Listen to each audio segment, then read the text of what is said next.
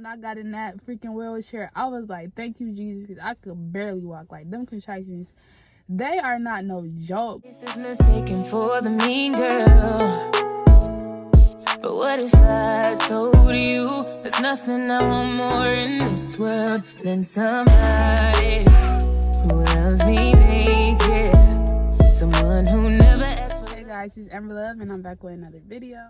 So I think like 2 weeks ago I made the video about my how I found out I was pregnant with my son, and I was supposed to post a labor and delivery story time, but your girl did not like how that video came out. And I'm in my car because I'm actually, you know, just getting from work. I wanted to make this video really quick because my son, he already turned 2, and like I said in the last video, if y'all haven't seen the story time already, I will be linking it down below so you can check it out, how I found out I was pregnant with my son. But he is 2 years old now, and his birthday was last week. So his birthday was last week, and I was just reminiscing about when I actually had him. So December 29th and the 23rd, what was it, the 23rd? Yeah, the 23rd is when like labor started happening for real. That's when I wanted to, initially that's when I wanted to go into labor, was December 23rd. My due date was the 29th, but I thought that I could induce myself at home with some of them little remedies. Now, I did not try that black castor oil because I was too scared. So what I did was I went to the gym, and I actually got a Planet Fitness membership. So I went to the gym and I just ran. I ain't running while I'm lying. I walked on the treadmill trying to, you know, walk my baby down. Then I went home and my sister was like, oh, try some hot sauce or whatever, because I was not about to try no black seed oil. I wasn't about to try no castor oil. Like, I was not about to do that and be on the toilet. No. So I didn't do that. And I did the hot sauce. Now the hot sauce, it just made me go to the, you know how it is when you eat hot food. It wasn't a good look.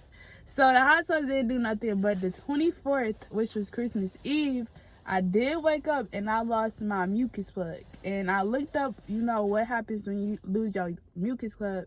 But it basically just said that, oh, your baby can come any day. It can come tonight, it can come in a week, it can come in a month. Like, so basically that didn't give me no answer. Like, I kind of was a little sad because I wanted to just get him out, because 9 months is no joke. Like, you literally got to use the bathroom all the time. Like, baby just sitting on your bladder the whole time. Like, I remember it clearly because I literally would wake up, have to get pushed out the bed, have to sit on the bed all crazy, stomach just full, like, and I'm so tiny, so like he was really taking a toll on my little body. Okay, so the 24th is when I lost my mucus plug. I ain't do nothing else happened that whole day, like no contractions except for like Braxton Hicks, but I was having that for like the whole pregnancy. Then the 25th came, and that's when I started seeing some things. So on the 25th, that was Christmas. Like, you know, we went to a little Christmas party.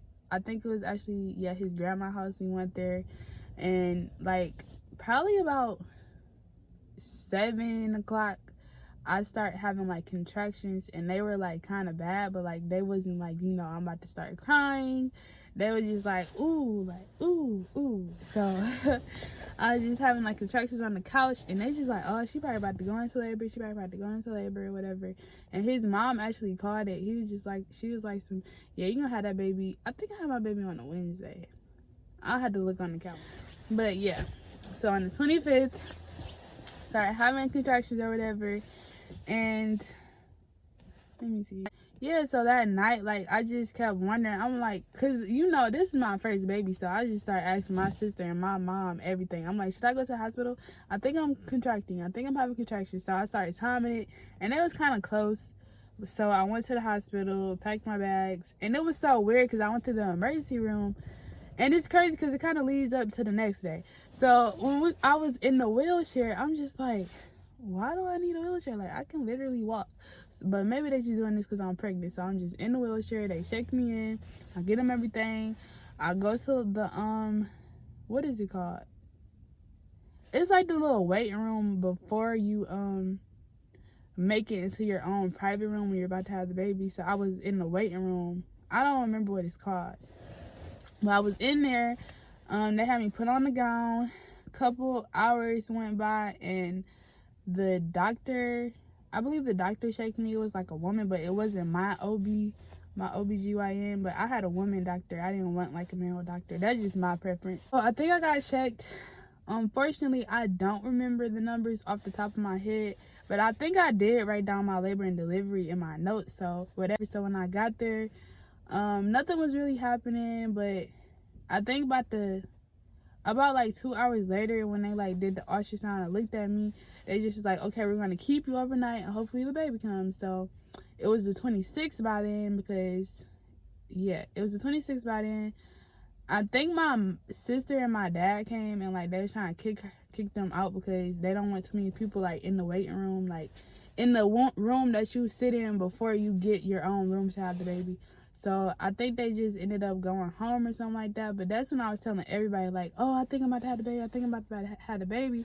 So they wasn't really about to come until I get the room. But I think my dad and my sister, they ended up showing up that day, I think.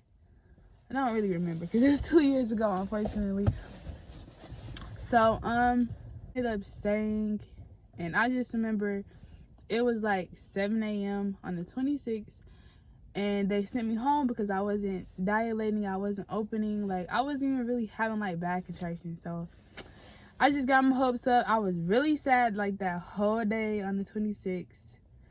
And then I think I was by myself that whole day. Like I just gave up. I just was watching movies all day because that's all you do during the night. Like the last couple weeks you just try to relax and lounge around because you can't do nothing. All you gotta do is pee all the time. Like it was so annoying.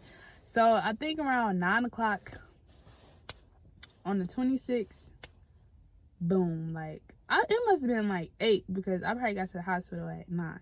But around 8 o'clock, I literally started having them bad contractions. I was timing them. I'm like, okay, this is painful. Like I know I'm going into labor. I took a shower, you know, trying to labor at home because I wanted to have this baby natural. Nothing was working. Like it was working probably for like 2 seconds and then it stopped working. Like it was not helping anymore. So I just got dressed, went to the hospital. Luckily the hospital was only like 8-10 minutes away. Went through the emergency room, and this time when I got in that freaking wheelchair, I was like, thank you Jesus, because I could barely walk. Like them contractions, they are not no and they joke. Only get worse. Like that's the crazy part. I'm up here thinking, oh, okay, as you get closer, I don't know. No, actually, I thought it was the other way around. I thought as you get closer, you know, that's when the pain really kicks in because the baby about to open up and tear you up open or whatever. But no, like the whole 10, 20, 30, however hours, how many hours you in labor, you are in pain. Like, it is no joke. Like, so they checked me in again, and they asked for your ID and all that stuff. And it's just like, okay, how do they be expecting you to talk and you literally like, you're having the worst pain of your life. You can't describe it because like, you can't even remember the pain because it's that painful, okay? It was terrible. So they checked me in, went to the room. I think I started having like the bloody show. You know, that's where the blood comes out. I kind of was scared about it, but I'm like, okay, I already know about this because your girl was doing all types of research when she...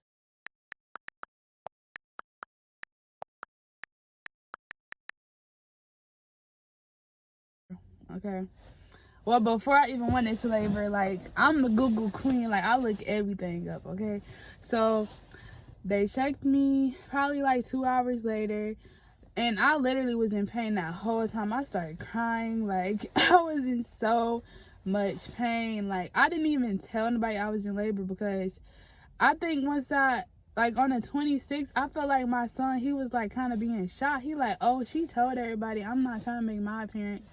So I'm like, you know what? I'm just gonna wait. Like, I'm not gonna tell nobody I'm in labor until I literally know, like, I'm about to have this baby. So I think my mom and my sister, like, they kept calling me, so they knew I was in labor, like, before I got into the room. And it was so crazy because I had so many people there. Like, everybody just kept getting kicked out. But I think around, like, maybe 12. I had ended up getting my own room, and everybody was in there. Like, I was so extra, like when I tell you, like, I wish I had recordings of this. I had everybody like rubbing my back, like my lower back, because that's where the pain be at. I ain't had to rub my stomach because that was some of the pain. Like, it was like sit there, but it was mainly like in my back. Like, it was sit in my back and then wrap around, sit in my back and then wrap around. Like, it was so painful. Like, so I kept having everybody massage me, and you know how it is. Like, if you keep trying to massage somebody, your hands kind of get cramped and they start hurting. So everybody took turns. Like, it was so many people in there. I wish I could have recorded it, but it's okay, because next baby I have, I can record everything and I can document it. Well, I can have somebody else record it for me, because you don't feel like doing nothing when you're in labor.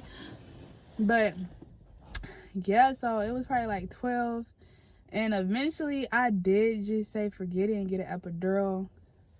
And if you know me personally, I'm a natural type of person. Like, I try to do my natural hair, like I try to use natural skin products, like anything that I can do natural, I try to do. Like, I breastfed because it was natural. I try to do everything natural, but like the pain that you're in when you have a baby, like, I just want to say kudos to every woman out there that have their baby natural, because I know it's very hard, but I don't know, I guess I just don't have a high threshold of a pain tolerance. And then if it was a lot of people in your ear like saying, like, you know, just go ahead and do it, like, you don't have to deal with this pain, like, you're gonna give in. So I got the epidural. My mom was mad at me, like, she literally went home, but